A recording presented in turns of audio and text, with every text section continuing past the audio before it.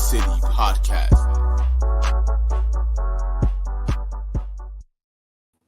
And ladies and gentlemen, welcome back to another edition of Keys to the City. I'm your host, Trevor Keys, alongside the big brother, Ted Keys. And we are less than 24 hours away from Championship Sunday. My God, the best of the best. Finally. It feels weird because usually this time of season, you sometimes don't get the four best teams to play in Conference Championship Sunday, but it just seems like this one just shapes up to could be an all-time classic for both games. But the playoffs have been underwhelming so far, and I think that's a credit to. I know people are a little upset because the games last week didn't really pan out the way maybe we all were hoping, but I think that's a credit to how we've been talking throughout this entire season, Ted, and the fact of, look, there were some bad teams this year. There were some average teams, there were some good teams, and then there was a few teams that we really talked about each and every week as saying the elite of the elite. And these were four of the best all season. And for good showing, guess what? They are playing tomorrow. Four teams got a chance to be playing for a chance at a Super Bowl title and going to Arizona. It should be a fantastic. I hope so, because like I said, these playoffs have been underwhelming so far, but I think it's a credit to these elite teams, these elite offenses, and these elite defenses that have really stepped up when needed most. But like I said, we are Keys of the City. Check us out. Live shows, Twitch, YouTube, Facebook, Spotify for streaming services, Spotify, Amazon, iTunes, and Google as well. Ted, when we think of these these two games, it's fascinating. You get the NFC. It's funny because the NFC and the AFC, when you think about just since I've been alive for football, it's always been like the NFC's always been like, okay, who's going to be the new team this year? Who's going to be the new face or something? And then the AFC, it's always been, okay, here we go. We're going to get Brady. We're going to get Peyton. And we'll get maybe a little Flacco and maybe a little, we'll get Roethlisberger in there too. But it always felt like the majority of the time it was always Brady. It was the same 3 or 4 teams. It was always Brady and Manning. Well, we could be getting that. We will be talking about that in a little bit. Could this be the new Manning-Brady rivalry? That is Burrow versus Patrick Mahomes. But since we're Giant fans, we're going to start off with the NFC side. And, well, good reasoning because this is the first of the two games starting at 3 o'clock tomorrow. And boy, oh boy, what a game it's going to be. You get the immovable object versus the unstoppable force, Ted. And we've been talking about the Philadelphia Eagles and the San Francisco 49ers for this entire season and saying that these were the two top teams. I know we like to say maybe Dallas had their moments, but we always felt that these were the two teams that would be playing on Championship Sunday. Now, we did not know that it would be Jalen Hurts versus Brock Purdy. So we'll talk about Brock Purdy in a few too. But, Ted, when we look at this game, it's very simple. Like I said, the immovable object, the San Francisco 49ers versus the unstoppable force, the Philadelphia Eagles. Both of these teams, though, I was talking to you about this earlier, and all week I've been listening and saying, oh, my God, this Eagles team is amazing. This offense is amazing. Does the 49ers just not get any credit? I mean, do they not get any credit? What are you talking about? They got plenty of credit. Not the way that the way that they've been talking like, oh, this 49ers defense is elite. We get it. But this Eagles team is, this team is amazing. Well, because the 49ers they're flying high. I get it. They haven't faced an offense like this. And they haven't faced a defense like this. Oh, I know that. Listen, I just wrote it down. Are you taking the immovable object? Or are you taking the unstoppable force? That is, fly, Eagles, fly. Are you taking Niners Nation? Listen, we're not making a prediction right now. But I know, but who would you take in this scenario? Well, here's what I would say. This reminds me of the old wrestling match, WWE. Remember the backyard brawl? That's what I look at this game as. You have both top 5 offenses, and you both have top 5 defenses. So you don't have a discrepancy with either, we got a really good defensive team versus a really good offensive team, and then you got to figure out what the other halves are going to do. Remember, it's always like, well, the offense is really good, the defense sucks, or vice versa. And yeah. This, you have an outstanding offense in the Philadelphia Eagles. We've gone over this multiple times, Trev. Like, They have an MVP candidate, and I think he probably would have won the MVP if he doesn't get hurt. He would have won it. He would have won the MVP. At least at where his progression was going. They were 13-1 with him as the quarterback this year. They were the number one offense. They were dominant, run, pass, everything. They got Pro Bowl. The way you talk about the 49ers defense is the same way you talk about the Eagles offense. They have Pro Bowlers at all levels, right? They have Pro Bowlers on the offensive line. They have Pro Bowlers in the second, in the receiving core. Their tight end could have been impossible if he stayed healthy all season. The quarterback, Pro Bowl, and were an MVP candidate. They had a Pro Bowl caliber running back. I don't know. Did Miles Sanders make the Pro Bowl? Okay. So they at all levels of the game. And then when you look at the 49ers, Pro Bowl defensive line, Pro Bowl linebackers, Pro Bowl secondary. So you have the way I look at it, I was trying to think of I was just trying to think of a character, like Black Adam versus Superman, like Thor versus you have Thor versus Thanos. Oh, I guess that's the highest. I guess Thor or Iron Man would be the closest thing. Maybe even no, Captain America actually is probably stronger than Iron Man. Probably because he had the Thor power. He was the only one. Yeah, don't you remember? He got that was like the epic scene that everybody went. Yeah. Ape shit. So when they saw him get that so I wrote this down, and I don't think there's going to be a sway of this for me. For me, it's not like one side's going to be better. I wrote down all the stats. Eagles led in pat. Like you look at and I reversed it too. Because it could be the other way too. Mm-hmm. Like you could play this game on both sides of the play if we really wanted to do that. Because the Eagles lead the NFL in pass defense, under 180 yards a game. They led the league in sacks, 70 sacks. Out of last week, they got 75. The record is 80 by the Bears. Do you know that's the third most in NFL history? Yeah. Oh, yeah. 75 sacks. Yeah, I know that. That's incredible that they had 4 players this year. They got 15 more than the nearest team. I know. Which is actually the Kansas City Chiefs, which I was shocked about. Could you imagine that 4 players? Reddick has 16.5. Josh Sweat has had an amazing season. Talk about a comeback player of the year. Brandon Graham. I mean, this guy just came off of a major injury last year, and he just played. And then Javon Hargraves. I mean, Then they don't have any weaknesses really.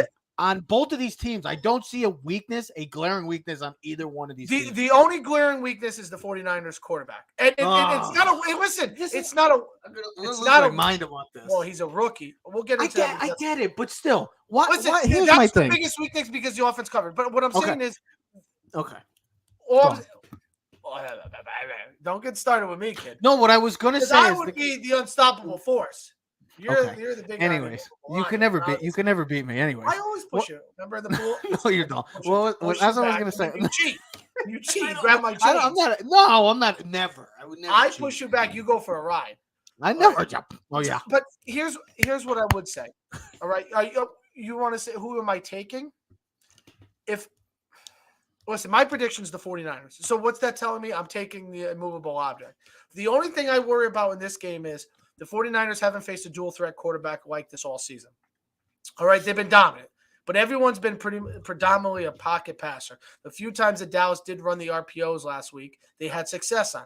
That is what the Eagles, if the Eagles are going to have success and dominate this game, everything's going to have to be based off of their RPO action, the run pass option. Because what that's going to do is it's going to make the linebackers hesitate.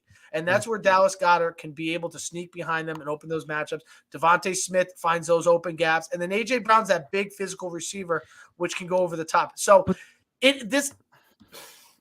don't know. That's what bothers me about this game is that everybody's talking about how great the offense is of the Eagles, and I get it. Well-deserving. They've been electrifying this entire season, dominant, to say the least. And it was on display last week against the Giants.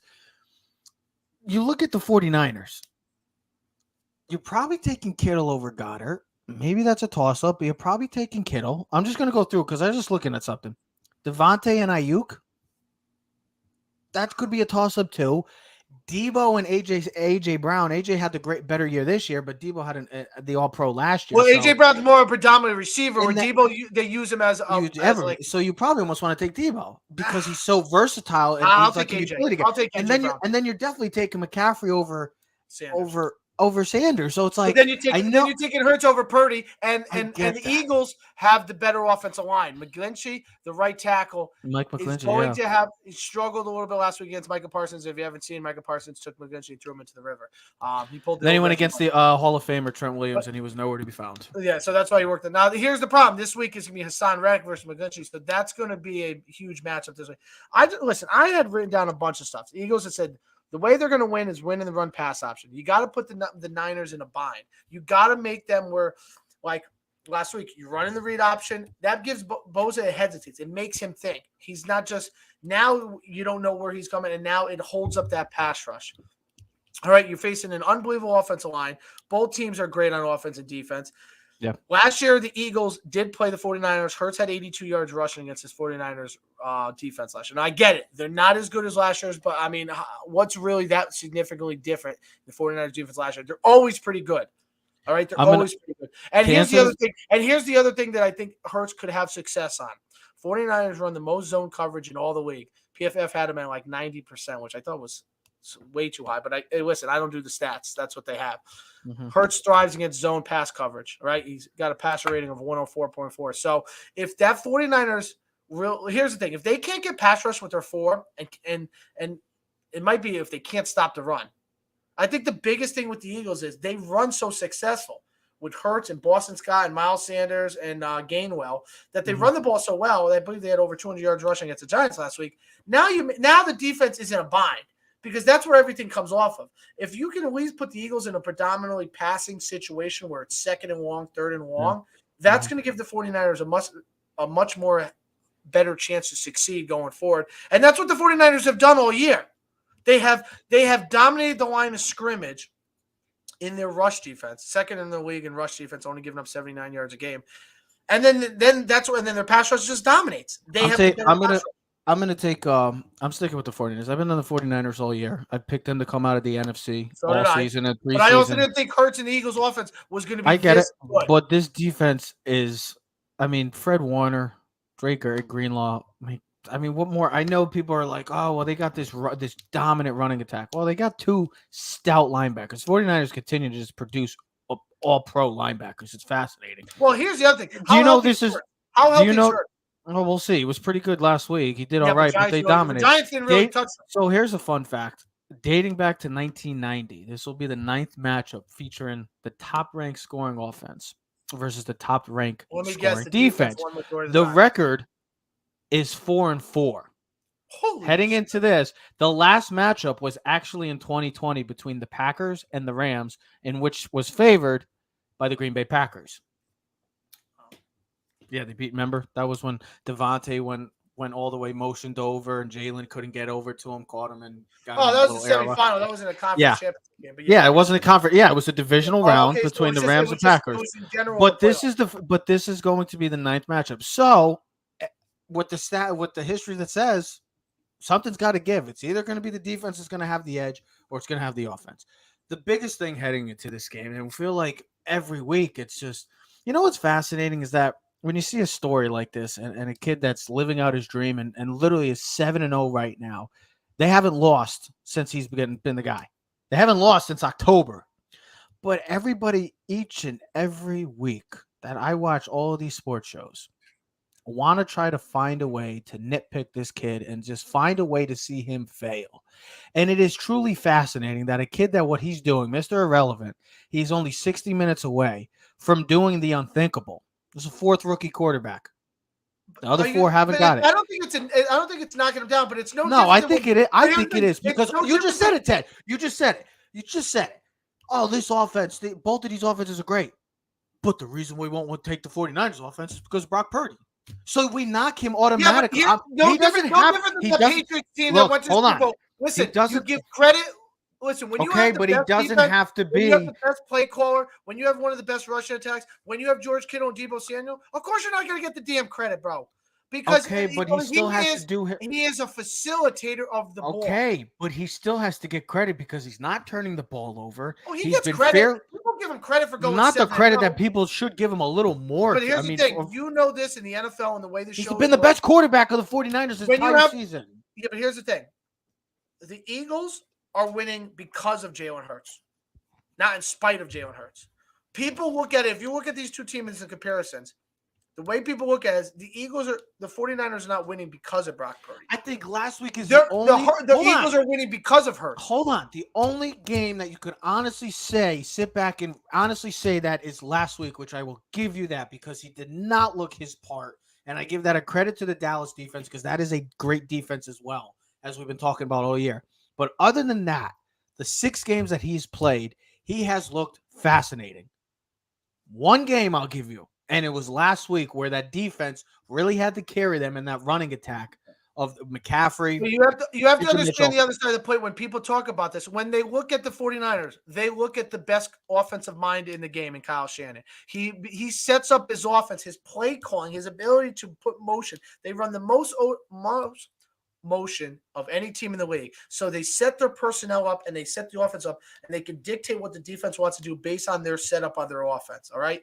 They have a really good offensive line. They have a top 5 rushing attack. That helps. When you rush the ball for 100-something plus yards a game, I believe up until last week, they were averaging 150 yards plus when Purdy was the starting quarterback, which helps. That dictates now the defense has to respect the running game. That's when you come in with the play action with Kittle, the movement and with Debo and this thing. Brandon Ayuk. That's where you hit the big plays, and Purdy has executed those plays. So the only way he's going to get full credit, and I'll end on this so then we can start talking about who faces more pressure, is if he wins the Super Bowl. And it's not that even if he loses his game, it's not going to be based on Purdy. It's just going to be because the Eagles played better and Jalen Hurts looked like the MVP candidate that we thought in the middle of the season. That's how the Eagles are going to win. It's going to be Jalen Hurts. And the reason why Brock Purdy and this team works so well, especially in the passing game, everything, if you notice, it's never outside the hash marks. It's always in between the slots. It's always in between the hashes. Now you're facing a number one secondary. Now you're facing a legit secondary. You're facing 2 legit corners. You're facing a safety, a ball hawk, and C.J. Gardner-Johnson. Brad Beer and Darius Slay are legit. They come up, they tackle, they're physical, they pick the balls off, which I was actually surprised. The 49ers actually led the league in picks. They had 20 interceptions this season. Dude, I get it with the Eagles offense and how great it is. But does Purdy honestly face more pressure than Jalen Hurts coming into this game? I mean, Do you think so? I have my answer. I want to know your answer. I'm going to go no. I feel like this is going to be their guy starting next season. Heading into week 1, no matter what happens, they lose this game, he's going to be the starter week 1 next year. Jalen Hurts, the way that they built this team around Jalen Hurts, adding A.J. Brown, drafting Devontae Smith last year, adding pieces to the offense line, adding pieces to that defense, Nick Sirianni, playing to Jalen, and we talked about it earlier this year, Jalen Hurts' strengths. It could be part of the system. It's okay. But the system also has to work to the strength of the quarterback. And he has done a phenomenal job with that. So if Hurts loses, with the way that Hurts has been playing all year, dominant, he's been one of the top 3-4 quarterbacks in the entire league this year. If he plays bad tomorrow, it's going to be a big knock on him. Because the reason why I also say it, he's going to be looking to get paid eventually. And with the way this season has played out, he's deserving of a big contract. But if he plays poorly come tomorrow and at home and they lose this game and it's not pretty by him, you start asking the questions. You start asking the Lamar or the Josh Allen questions like, can this guy really succeed? Because we got to think about it. Last year, played awful against Tampa. Yeah, but look at the progression. Last week, he played great, but the whole team overall, they were just a better overall team than the New York Giants. If he plays poorly this week against this dominant defense, the best defense in the NFL world, I mean, what are we gonna say? Purdy, this guy was just an unknown 2 months ago. Now he's Mr. Relevant. It's not Mr. Irrelevant. It's Mr. Relevant. The story is unlike anything we've ever seen. If he loses how can you ask a guy that was a last pick of the NFL draft that he is 60 minutes away from playing in an NFL or Super Bowl is a fascinating story. I feel like even if he plays mediocre, if he plays poorly, I feel like this is the best option for the San Francisco 49ers moving forward. Better than Trey Lance, and Jimmy G will be on his outs too. But if Hurts struggles, Ted, and I'm talking like bad, like he doesn't play well, like Well, throwing the ball. I don't think he's going to play bad. It would just be that the 49ers, just The like I said. key is how are they going to incorporate him into the running attack? Well, Because they really didn't have to use him. They didn't really have to use him a lot last week. I feel like it's a whole different story this week. He was playing against the JV team. I get it, but this is a whole different. Come on, let's not knock the Giants. The defense is playing well. There were two different teams. I'm a Giant fan. I love it, but there were two different teams last week. I get it. That was a team that didn't look like they belonged on the same field. Maybe Philly played their asses off and they had an A+ game, and the Giants played like crap. And maybe they shot their shot the week before against the Minnesota Vikings, but they didn't look like they belonged there. This is a whole different ball game. And I wrote down before, Hurts also led the league in design rushing yards when he was designed to run 426 yards. Mm-hmm. Right. So you asked the question, who faces more pressure? My answer to this is not Jalen Hurts. It's Brock Purdy. You're a rookie, bro. This is your one shot. There's no guarantees in life. There's no guarantees you'll ever be back here. You don't know what this team in the 49ers. Same could be said for Jalen Hurts. Hold on. That team is coming back, and he's coming back, and he's guaranteed the spot next year. There's no guarantee that Brock Purdy is the starting quarterback next year, and there's no guarantees in his future and this opportunity again. He's a rookie quarterback. The difference is Jalen Hurts has played in games like this before in his career, and he played in the playoffs last year. And here's what I said. I wrote this down. He looked like crap. Okay, this is what I'm going to write. Yeah, but look at his progression from last year to this year. I get it. This is what I wrote down. Purdy faces more pressure because he's a rookie. That's how I look at it. From the outside in. Internally, he's a rookie. There's more pressure on him because he is the one factor that everyone looks at when like we just said before the show, when people look at this game and you got to look at one discrepancy, what is it? It's Purdy and Jalen Hurts. There's an expectation that Jalen Hurts is going to play well and good. Good, great, whatever you want to use for superlatives. All right. Purdy's the rookie, bro. Last week, he was 19 of 29 for 214 yards, no touchdowns, but no picks. He almost wasn't good enough last week to win them the game. All right? It wasn't for Dak's faults. Dallas is probably playing in this game. But whatever. We're not going to talk about last week. We're talking about now. All right? Here's another thing I wrote down. This is their third NFC title game in 4 years, this 49ers team. 6 in 12 years. You know how many Super Bowls they got in that time? None. So I think it's not even just Purdy, but I think there's an organization. I think it's a franchise in general. It's exactly, and I think that puts a lot of burden on a kid. Like at the end of the day, it's like, damn, we lost another NFC. Can I be honest? I think Shanahan Shanahan faces the most pressure of any coach / quarterback or player. No, I don't think so. Weekend. Yeah, I think if you look at the other way, Andy Reid. I think it's more Sirianni because of what this team is and what they. Listen, people look at Shanahan this year, and I was reading a bunch of stuff. Is the best coaching job this season. To be able to go from Trey Lance to Jimmy G to Brock Purdy, to be able to continue the streak of 7-0, and I said, listen, if they win, if the 49ers win this week, it's going to be because of him, that Brock Purdy stepped up and played the game. Right? Because I have the expectation from the outside looking in that this defense is going to show up, this rushing attack. Kyle Shanahan is going to do everything in his power to set up Brock Purdy to succeed. And there might be 3 or 4 plays that Brock Purdy is going to have to make in that game. There's going to be a play where it's like we're running a certain play action and we're going to hit Debo or you can't miss it. It's like the Super Bowl. Jimmy G missed that deep throw.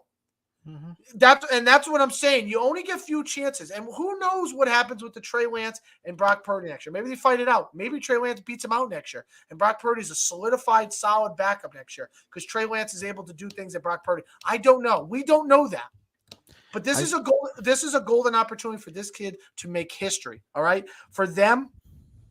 And here's another stat I wrote down, and I'll let you take over. Last week, Purdy was 4 for 12.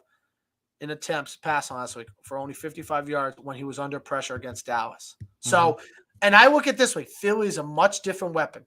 This is in Lincoln Financial Field. Listen, pressure, you're going to I would say the vet, but you're going to Lincoln Financial Field. You're going into Philly. It's not a housewarming present. Anybody that he just said, the vet, we're not talking about the animal, the vet. We're talking about the Veteran Stadium back in the day. Trust me, I know what you're talking about. This is a whole, you're not playing home. You're good. You know what I mean? Like one of my reasons why I would say that's why I say like you don't get these opportunities once. This is a 7-0 pick. The kid is 7-0. There's an expectation because I think if they lose, they're going to blame him that he wasn't good enough. I think there's an expectation surrounding Jalen Hurts too because you've put yourself in the upper echelon of quarterbacks after this year's play. You're soon going to be looking to get a big contract. This is moments where you get your money, you get that big bucks. You can't go in there and lay a duck, if you're Brock Brady, though, hell with the buck. You make history, bro. I get it. But if Jalen Hurts continues to lose, if he loses again, that means he's 1-2 in the postseason, loses in the NFC title game. Well, here's my at question home, and then they say, "Oh, what do they do? What? Oh, okay, so he's a phenomenal athlete, he's a phenomenal quarterback, but he can't get over the hump." Say something else? And you might not get another better shot with this Eagle team because well, this here's Eagle my team thing, is nasty. People are going to be leaving. People yeah, are going to be retiring. If I look at the NFC, right? The NFC West next year should be better. The Rams should be healthier and better. Hold on. Arizona might be better. All right. The Seahawks, another year in that system with some of the rookies getting better. Hold on. They might get better. So for Brock Purdy and this 49ers, this might be your one chance. Brady sucked this year with the Bucs. Rodgers might be leaving. This might be your one chance to get a Super Bowl. For the Eagles, most of this team is probably coming back. And Hurts is – they still got a lot of guys under contract. It's not like they have that many. Jason Kelsey's going to retire possibly. Lane Johnson's going to possibly retire. Brandon Graham, 3 impact players off the bat. Listen, Howie Roseman's one of the better GMs in the league. I get that. They have two first round. They have 2 first-round draft picks. Two. Okay, and Kelsey might come back again. You never know. He was going to retire. Lane Johnson's still one of the best right tackles. You're still going to have a solid offensive line. Jalen Hurts is still going to be better. We don't know what Dallas is going to be fumbling over this year. We don't know if Daniel Jones and the Giants are going to take the next leap next year. We hope so as Giant fans. What is going to make of the Washington Commanders? So for the Eagles, I look at if I had to take these two teams and especially the quarterback situation, I like the Eagles returning to where they're going to be again next season. I trust the coach. I trust the GM. I trust their system. All right. I don't know if the 49ers, can Brock Purdy do it again? Is he going to be able to do it next year? Is he going to be the leader of the pack? Is he going to stay healthy? This is an opportunity for him. Can Jalen Hurts replicate what he did this year too? I can't see why not. I can't see why not.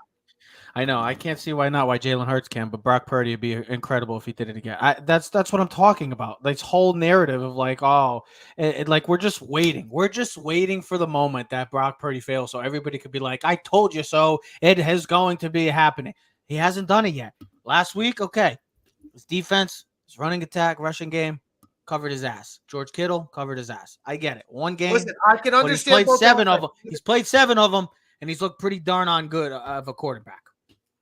That's all I'm going to say. I can't wait for this game because something's got to give. You get the 2 best teams in the NFC. Now we go over to the AFC, where this year it really felt like later as the season progressed, it really felt like it was coming down to 3 teams. And we got to see 2 teams battle out last week. Well, let's be honest. One team really showed up, and the other team just decided, I guess, to go play in the snow or something. I don't know what they were doing in the Buffalo Bills. But we are here again for part 2. Literally a year ago, Monday, they played part 1. Now a year later, literally, is part 2 of Joe Burrow versus Patrick Mahomes, the Cincinnati Bengals, heading in to Arrowhead against the Kansas City Chiefs. Not Burrowhead. It's unbelievable. But we were just talking about Purdy, and we were talking about Jalen Hurts, 2 quarterbacks that are trying to establish their legacy. Well, you got Burrow and Mahomes. Burrow's already been to a Super Bowl. Mahomes has already won a Super Bowl. Mahomes has been proclaimed the best quarterback in the world. Some people may even say Joe Burrow is there, but these guys are writing their own legacy. So, Ted, when you see this game, we talk about it. It's a quarterback-driven league. Absolutely. It's the ultimate deciding factor of every game. It was the deciding factor of last season for the Cincinnati Bengals. It was the deciding factor in this game. Who needs to win more? Is it Joe B., Joe Burr, Joe Burrow, Joe Cool, whatever you want to call him? He's got a million nicknames. It's amazing all of a sudden. Or is it Patty Mahomes? So I'm going to choose the opposite of what I think you're choosing. I'm going to say Burrow needs to win more. Because I think you're going to go with Mahomes because he's 0-3. But I'm going to say Burrow, because at the end of the day, this is what I wrote down. And this is the reason I was writing down question 4 for question 3, but it doesn't matter. So I get it. Burrow's kind of outplayed Mahomes in the matchups that they have faced against each other. But here's the one thing I will say to this. Mahomes still has Super Bowl 1 under his belt. I get it. Burrow has none. All right. Mahomes is going to get his second MVP this season. I get it. We're not talking regular season war. We're talking about championship rank. But Mahomes still has one. All right. Here's the other thing I look at. I trust the Chiefs organization. I trust Andy Reid. That even if they did lose, they'll be here again next season. Here's the other reason why I trust it. Mahomes already got paid. So whatever structure and team building and all that crap that's going to go on, not worried about it. He already got paid. Joe Burrow hasn't gotten paid yet. Jamar Chase, T. Higgins haven't gotten paid yet. So they're going to lose some key contributors to this team in the next few years. We don't know what the Bengals are going to be. Do we have enough trust in the Bengals organization to keep building for Joe Burrow? Bates, the safety, franchise tag, probably won't be on the team next season. Lose a key contributor, one of the better safeties in the league. T. Higgins, what does he want to get paid? Is he not going to be on the team next year? What happens with Tyler Boyd? Does he get cut and they keep Higgins? So now that trio goes away. Joe Burrow's up for a renegotiation of a contract, or not a renegotiation, up for a pay raise. Mm-hmm. I don't know if it gets done this year. I don't know. They can wait. I saw it. He's got till 2025 for the 5th-year option. You got 2024 and 20. So they could wait, but why wait? Because you know that market keeps going up. So when you start paying these, we've seen this. When you start paying these quarterbacks, that changes the whole ball game of the rest of this team. To me, the Bengals, you got to get that Super Bowl. You're the better team right now. Mahomes is hurt too. You're the better team. The Bengals are the better team. They're the better defense. They're the better offense. You have the better quarterback right now. And everything is working into your – yeah, absolutely. Joe Burrow's playing better than Mahomes right now. I told you, Joe Burrow's the man. Listen, you asked me the other day, I still think Mahomes is the best quarterback in the league. But even Darren Orlowski, when we talked about it on the Monday, Tuesday show, quarterback play, Joe Burrow might be the best quarterback like as a quarterback. But Mahomes, the problem, the great thing about Mahomes, it's not even about what he does. It's all the extra stuff, bro. He makes even the hard stuff look easy. And I get the thing where Mahomes is 0-3. I get it. But and all these factors, this is his, 5th straight AFC championship, 5th straight home game, Ever since technically he was a rookie. Yeah, he's been in every year. He's been in here. But for me, it's about Burrow getting the Super Bowl ring. Because like we talked about, got to put the rings in. You got to start putting the rings in your belt because I think the sooner he gets paid, it changes the whole philosophy and the whole narrative around the Bengals. And then that's going to change the rest of that team. And I just think your window, he always said his window's always open. Nah, bro, it's not that open. Things happen. Players leave. Players get hurt. Things happen. You got to take this advantage now. Keep that mojo rolling, bro. Go into Kansas City, beat them, and win the Super Bowl. And now you can put your claim to fame as the best quarterback in the football league. That's why I chose Joe Burrow for that reason and that reason only. That was a great answer. I'm going Patrick Mahomes.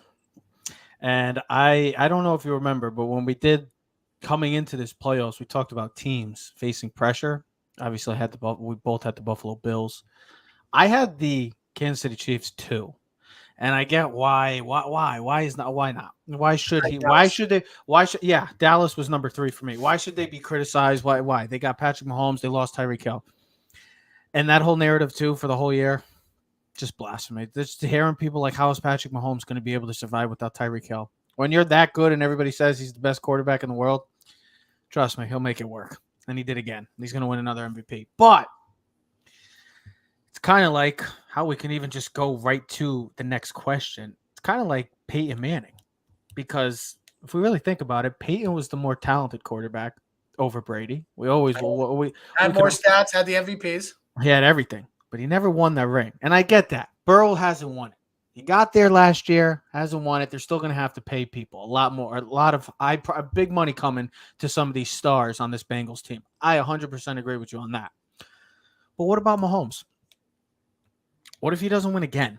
He goes 0-4 against Burrow. That's another year he misses the Super Bowl. And remember when we were all talking a few years back when it was Brady versus Mahomes in the Super Bowl? Oh, is this the guy that's going to catch Tom Brady and get to 7 or 8 rings? What if he doesn't win again? For the greatness of Patrick Mahomes, and I am not knocking at all Patrick Mahomes. Not at all. He is. Him and these are the 2 best quarterbacks right now in the football world. But if he loses again, what are we going to start saying? Like I know. Oh well, he was injured. Well, he wasn't on the He wasn't on the injury report. He was a full participant all week. Didn't hear nothing. So, and for a guy that's supposed to be, so as what we're saying, a guy that's to some is already the most talented quarterback they've ever seen play the game. If he doesn't win again, I get it. He's been to 5 straight AFC Championships games. But this can also be related to Andy Reid and the Philadelphia Eagles back in the day when they also got to 4 straight NFC Championship games and they can never get over the hump. The only thing that's saving Andy Reid right now and Patrick Mahomes is that one Super Bowl ring. I get that. But you got to do more now. You got probably the best coach in football, best quarterback in football, the best tight end, probably one of the best, deepest offensive lines in football. The defense is suspect. But when you're that talented and all we've heard is, oh, you're an all-time great already, you're going to be a Hall of Famer. Some people we were talking, for goodness sake, when he made it to the Super Bowl against the Bucs, we were already saying, is Patrick Mahomes a Hall of Famer? Like, this is how idiotic and ridiculous people were already talking about. Well, like, he is a Hall of Famer now. Okay, whatever. That's fine. If his career ended after the season, he would be in the Hall of Fame. Okay. And Eli Manning wouldn't. Fascinating. Anyways. I didn't say that. No, but people, that's my point is that, so we say that already. So you give that narrative that's saying he's a Hall of Fame quarterback. Okay. Well, you got to go win another Super Bowl, my man. You can't be stuck with one. I get it. You got that one precious ring. Aaron Rodgers. But if we also think about, you know what? But if we also think about it, he didn't play that great in that Super Bowl too. If it wasn't for Damian Williams, Patrick Mahomes didn't play great in that Super Bowl against that 49ers team. He has to play great tomorrow. I get it. He's got to play great. He's going to deal with the injury. But guess what? Give him a cortisone shot. Let him go to business. Let him do his work. But if he loses again in Arrowhead, 5 straight AFC Championship games, and he's only been to 2 Super Bowls in that entire run, it's not good enough for the guy that we all proclaim is the best quarterback in the world, Ted. Yeah, I mean, listen, he's 9-3 in the playoffs. He's got 30 touchdowns, 7 picks, 106.2 passer rating, and so he's been the thing. I get it. Listen, he blew a 21-3 lead at the half last year in this game. Well, yeah, he had 3 touchdowns, 2 picks. Don't forget, he would have had the other. He would have been in the Super Bowl again if it wasn't for what was it, D Ford or Clark?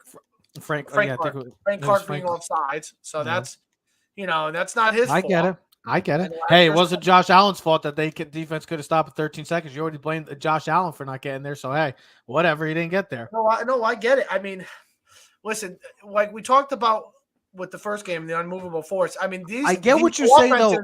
I agree with you with Burrow. I agree with what you said about Burrow because he has to win the ring. If he doesn't win the ring, you're one step closer to guess what? Maybe breaking up that whole team. Well, here's the whole thing, man. What our question is pressure. I totally understand the Jalen Hurts thing. You're the number 1 seed. You're the MVP candidate. You have home field advantage. You were the best team all season long. You have just as good a defense and just as good as offense as they do. If you're the better quarterback and with the home field advantage, you should win and dominate. There's an expectation for you as the Eagles to win. Exactly. Yeah. There is an expectation. If you don't win, it's going to look like a failure. All right. You lost to that guy. 100%. That guy, Brock Purdy, man, you must really not be that good. And you know how Philly is. It's a different narrative. All right. Yeah. They're already greasing the poles. It will be a failure if both the Eagles and Chiefs do not win tomorrow for both franchises. Well, they're both home. Both have the home field advantage. Both have the 2 top MVP candidates. The only difference is Mahomes is a little banged up. I think that's the only reason why. Listen, this game should be great. I think both games should be absolutely phenomenal. All right. The Manning Brady thing, I think it's a great storyline because you didn't think the Manning Brady thing was ever going to happen. You know what I mean in that sense? The only difference is both of these quarterbacks were first round picks. Manning, the better story might be if Purdy can maintain this and Purdy becomes the Brady and Manning becomes Jalen Hurts. Just think about it. I get it. Listen, Burrow has everything of the Brady natural. The pocket passer. Well, Manning was too, but their whole perception of the way they see the game. Brady and Burrow have the similarity traits. Manning and Mahomes. They got the MVP. They got tons of stats. They have Marvin Harrison, Reggie Wayne, Dallas Clark, Edgerrin James. And then they're the more talented. They're the most talented of the two. Listen, and here's another thing. The narrative also you can change the ball game on this. Is there pressure on Andy Reid? What's this going to be? It's like 8th night championship game. He's going to be what? How about this? I'll get rid of this quote for a sec. I'm going to ask you straight up right on the fly.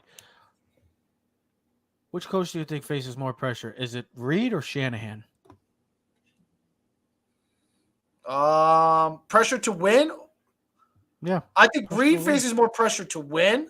I think Shanahan faces more pressure internally in the sense that he has Brock Purdy, so there's a lot of pressure for him to set them up to succeed. Where I think a lot of times is because Andy Reid has Mahomes, he gets the benefit of a doubt. Like Mahomes will just make you.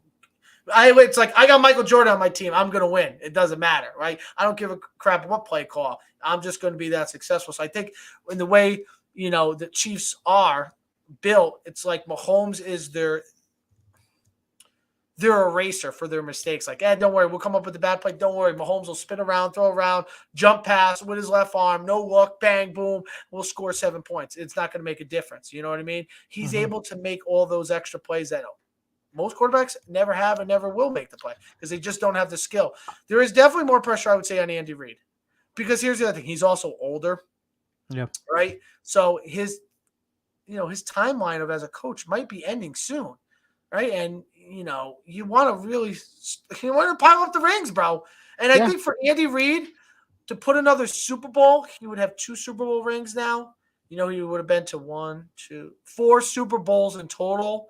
Now you start putting yourself like Andy Reid starts getting put at like the same level as Bill Belichick. Like he starts getting put as the Chuck Noll if he's not already. If people don't look at Andy Reid the same way. But it's the same way we've talked about Aaron Rodgers. Having that second Super Bowl, it puts you in a different tier, bro. Like a lot of guys don't have that. A lot of coaches don't. A lot of teams don't have that. A lot of players don't have that. Having 2 Super Bowls, everyone can get 1. Well, not everyone, but you can get 1. Can you get 2? We're not worried about 3, 4, 5. All right. This ain't LeBron James.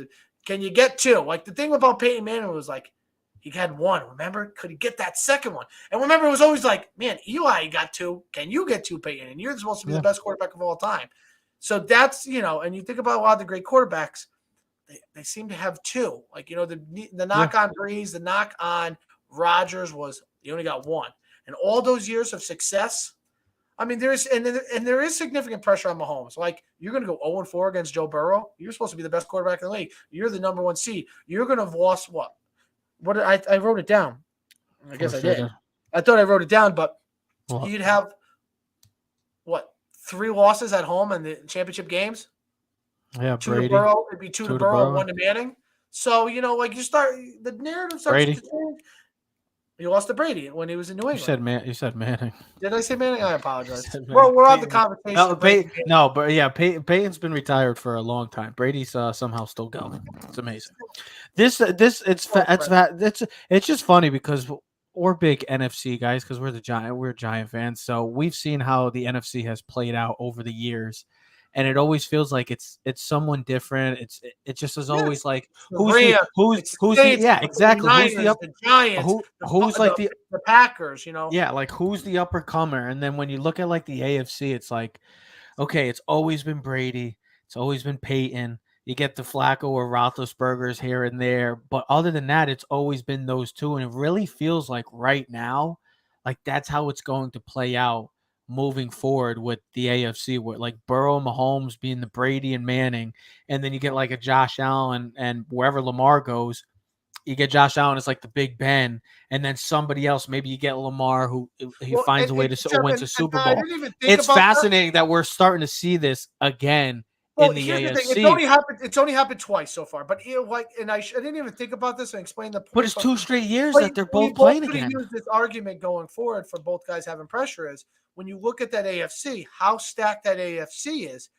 Listen, I know you're going to. Yeah, but these are the 2 guys. I know you're going to knock me on this, but like Brady could be at the Raiders next year.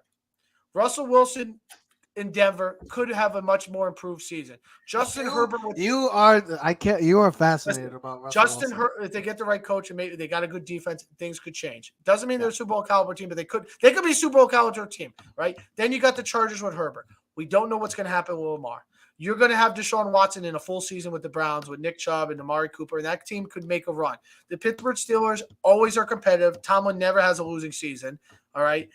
Then you're going to have the Bengals and Joe Burrow. Then you got the Bills with Josh Allen. We don't know what's going to happen with Tua in Miami. The Jets, if they get Aaron Rodgers, now you're looking at a conference where, like, here's the thing, though.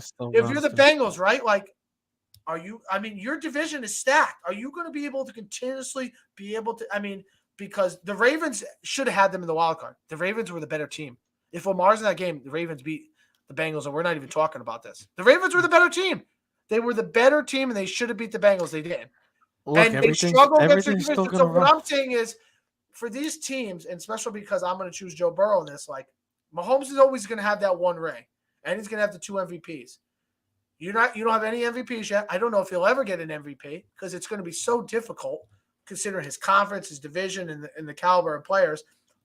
You got to get that Super Bowl ring, and I just don't know once he gets paid if I have enough faith in the Cincinnati Bengals organization, Zach Taylor, the coaching staff. I mean, their defensive coordinator. I mean, Jesus, he could be gone after this season.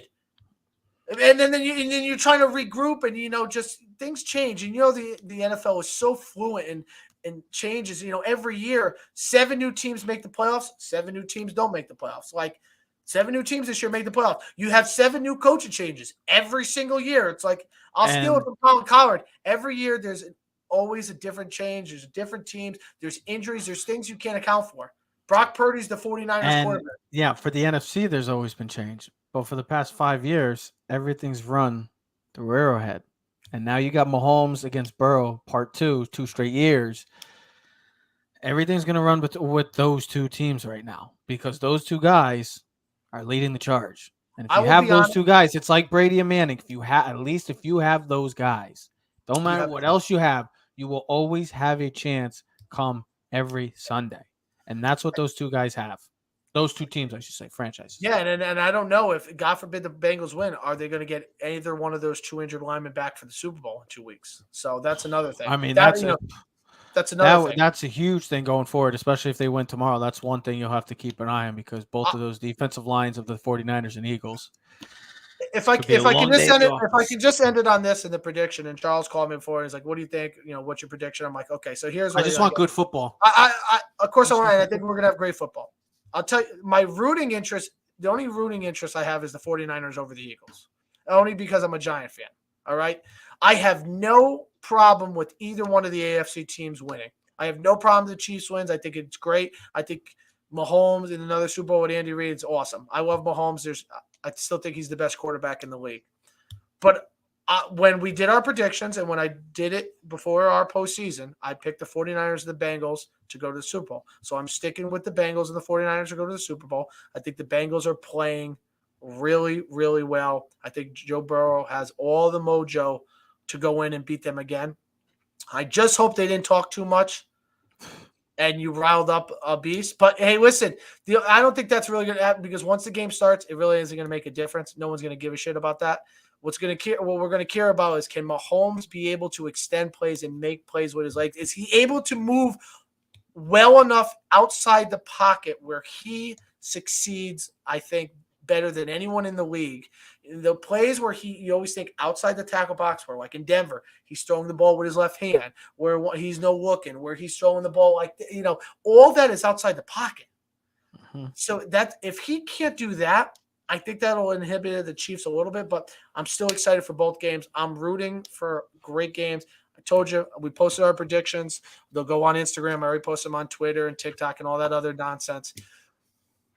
I have the Bengals and 49ers, but I wouldn't be surprised if the 2 home teams win. I wouldn't be surprised whoever wins tomorrow. I think you got the 4. I think the NFL should be ecstatic that they have 4 of the best teams in football. And then, like I said, you have a battle royale in the NFC. And then you got 2 superstars. I mean, you couldn't ask for a better matchup in the AFC with 2 of the best quarterbacks in football. And now, because they're talking to each other and Burrow's 3-0, it's not even like Mahomes, they're 2-1. He's 3-0. Now you got some rivalry going on. You got some street talk going on back and forth. Where Nick Bolton's like, who? They're good? Like, who are the Bengals? You know what I mean? And then, you got the Bengals talking about Burrowhead, so I'm excited. So for me, yeah, this whole year has been fascinating Ted changed his picks 3 times this year. So no, he did not. Yeah, he did. Did not stop. Don't even lie. You picked the Chargers. The Chargers and 49ers when we did our preseason. What was that? What was mid-season? Bengals and 49ers. No, I've been riding the Bengals forever. You're the one that's been on the Buffalo Bills. At least I stayed consistent. I was on the Bengals, bro. No, yeah, Justin Herbert, that was your guy. Yep, the Chargers. You picked the Chargers to go to Super Bowl in the preseason. I stayed consistent because I thought the Chargers would have been the Bengals of this year. They had Derwin James. My point is. Your point is nothing. Your point is. My point is, I never changed. I stay always consistent. I always stay. But guess what? I was wrong. Yeah, okay. I'd rather be wrong than feel good about myself after picking multiple times. I was right. I was right because I picked it finally when I got my extra opportunity, like the spoiled kid. Look, I did good because I got there's more opportunities. Me, I just stay true to who I am. I didn't get whatever. Buffalo let me down. I thought Josh Allen and the company. Frog. I adapt to my circumstances and my nature and my outside. Yeah. Weather. Okay. And I'm a lion. I'm a king of the jungle. I always stay true to who I am. I'm the alpha. Yeah. Guess what? I'm that deadly poisonous frog. Eat me and you die. No, we just claw you. Well, the Bengals do that tomorrow. Speaking of Lions, Bengals, Tigers. So we'll see what happens with that. Like you said, Ted, if you're the NFL, you couldn't have asked for a better conference championship Sunday. You get the 4 best teams pretty much in the entire season going up against each other for a chance at Glendale. That's what it ultimately comes down to. Mahomes, Burrow, top 5 defense, top 5 offenses in the NFC. Something's got to give in both of these games. Will Brock Purdy's miraculous run continue into Glendale, or will it come to an end? And will Philadelphia continue its crazy magical season with Jalen Hurts? And we'll just see. Like I said, I can't wait for these games. It's been kind of a letdown of a postseason so far, but that's a credit to being the 4 best teams playing come tomorrow. I can't wait. 24 hours from now, we'll either have the 49ers or the Eagles in the Super Bowl. So we'll be starting the AFC Championship game. I can't believe it's already 24. My God. Time is flying by. 2 weeks. 2 weeks. 2 weeks. 2 weeks until we get to. Yeah, that'd be fun. That's gonna be a lot. 2 weeks. 6 o'clock on a Saturday night. I'll probably be hanging out the day before going. We're probably out to dinner right now. I got to work early in the morning. Whatever. That's okay. We want to go out to dinner. Make it a white night. Late night, 12 o'clock in the morning. We got Thursday. Cannot wait. I cannot wait for these games. It should be a hell of a weekend. Football fans, the Final Four is set. The Final Four is here. And we get the 4 best teams at a chance at Super Bowl 57. So football fans, sit back, relax, and enjoy nonstop football tomorrow. Sucks that it's coming to an end so soon. My God, I hate it. Where's the time going, bro? Where's the time going? It's already February. I'm excited. Ted's silent. Ted's silent. We got the Royal Rumble tonight. We got a lot of things happening. We got college basketball. Lakers Celtics tonight. Oof. There's a lot of good things happening right now. Baseball's around the corner. Anyways, ladies and gentlemen, enjoy the football Sunday conference championship games. We are Keys to the City. We'll see you next episode. We are out.